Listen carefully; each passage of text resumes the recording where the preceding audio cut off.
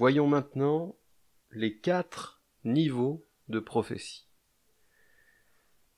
Nous avons vu juste avant que parmi tous les dons spirituels, Paul nous exhorte à rechercher en priorité le don de prophétie, parce que la prophétie encourage, exhorte, console, c'est une parole de Dieu qui est intelligible et qui équipe le corps du Christ et qui révèle Dieu. Nous avons vu aussi que prophétiser, c'est transmettre des messages de Dieu, et que le but de la prophétie, en tout cas un des buts majeurs de la prophétie, c'est de témoigner du Christ et d'attacher les gens à la personne de Jésus-Christ. Voyons donc maintenant le premier niveau de prophétie. Le premier niveau de prophétie, c'est la parole révélée et écrite, c'est-à-dire la Bible. Lorsque nous lisons l'écriture, les Écritures, lorsque nous lisons la Bible, de la Genèse jusqu'à l'Apocalypse, c'est un livre prophétique. C'est la parole de Dieu révélée. Et lorsque le Saint-Esprit nous donne un passage biblique ou un verset pour quelqu'un, ou lorsque simplement nous proclamons ce qu'il y a écrit dans ce livre, nous sommes en train de prophétiser. Pourquoi ? Eh bien tout simplement parce que nous sommes porte-parole. Nous portons la parole révélée de Dieu. Deuxièmement, deuxième niveau, c'est ce qu'on retrouve dans 1 Corinthiens 14. Le don de prophétie. 1 Corinthiens 14, verset 3. Celui qui transmet des messages divins parle aux autres pour les faire progresser dans la foi, pour les encourager et pour les consoler. Donc le but du don de prophétie, qui est le deuxième niveau de prophétie, c'est d'exhorter, édifier, consoler, encourager, dans le but de faire croître, de produire de la croissance et de nous faire progresser. Au verset 5, Paul explique clairement qu'il est préférable de recevoir le don de prophétie à tous les autres dons. Et je veux rappeler une chose très très simple, mais comme nous sommes tellement durs et compliqués, ça nous échappe parfois. La simplicité de Dieu nous passe souvent bien au-dessus de la tête. Et je veux quand même rappeler une chose très simple. Le Saint-Esprit donne à qui il veut, mais si tu le lui demandes, si tu désires ardemment un don, crois que le Saint-Esprit va t'en équiper. Je veux vraiment souligner ça parce que Dieu est un Père aimant pour ses enfants. Et il aime nous donner, et quand il donne, il ne donne pas un petit peu, il donne pleinement. Donc si tu désires la bonne nourriture spirituelle, attends-toi à la recevoir.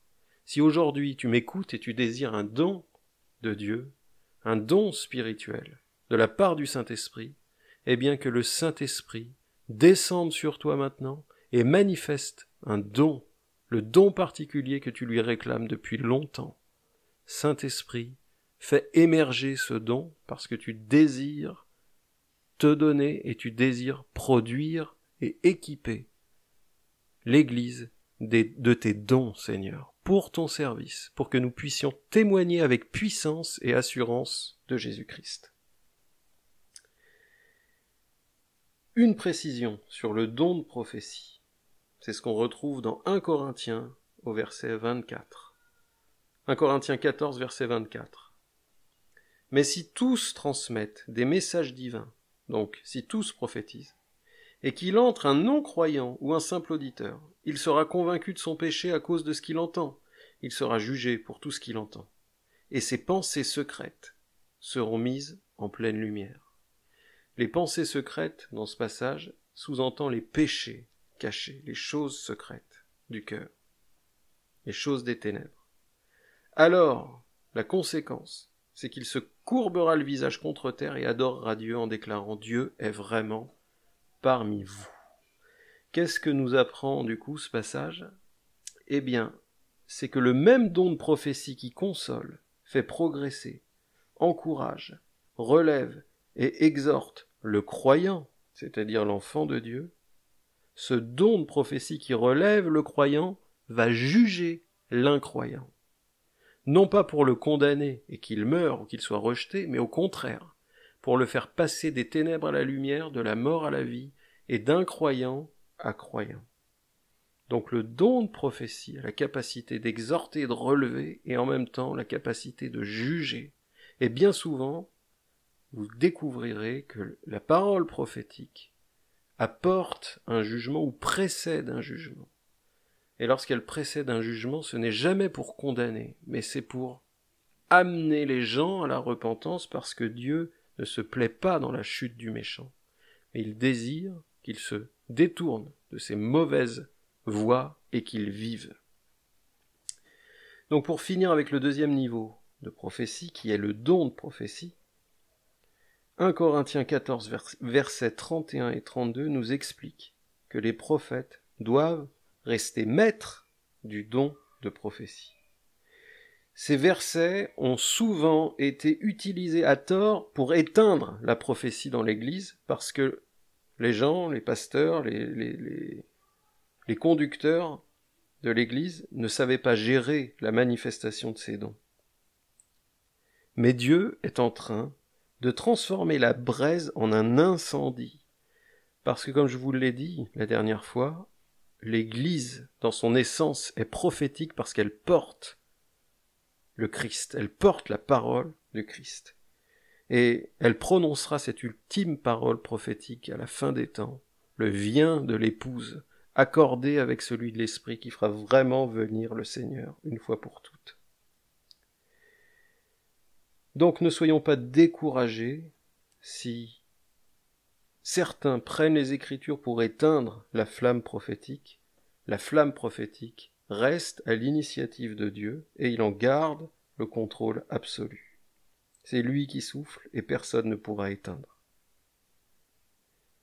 Donc, en réalité, si Paul exhorte à chercher la prophétie, c'est parce que la prophétie va allumer ou révéler ou manifester tous les autres dons. On va y revenir un peu plus tard, mais comprenez bien ceci, le don de prophétie, la prophétie en général, va être un activateur de tous les autres dons spirituels. Tous les dons spirituels sont liés aux dons de prophétie et au prophétisme. On va voir ça juste après, mais revenons à 1 Corinthiens 14, verset 32. Ceux qui transmettent de tels messages doivent rester maîtres du don qui leur est accordé, car Dieu n'est pas un Dieu qui suscite le désordre, mais qui crée la paix. Remarquez que ceci n'est pas écrit pour les autres dons. Ce n'est pas écrit pour la guérison, c'est pas écrit pour le don de discernement des esprits, c'est pas écrit même pour le don de paroles de sagesse ou de connaissance. C'est spécifiquement écrit pour le don de prophétie. Ça veut dire que si le prophète doit veiller à rester maître du don qu'il a reçu, on peut comprendre ça implique l'idée un peu d'un bras de fer ou d'un combat entre le don et celui qui le porte.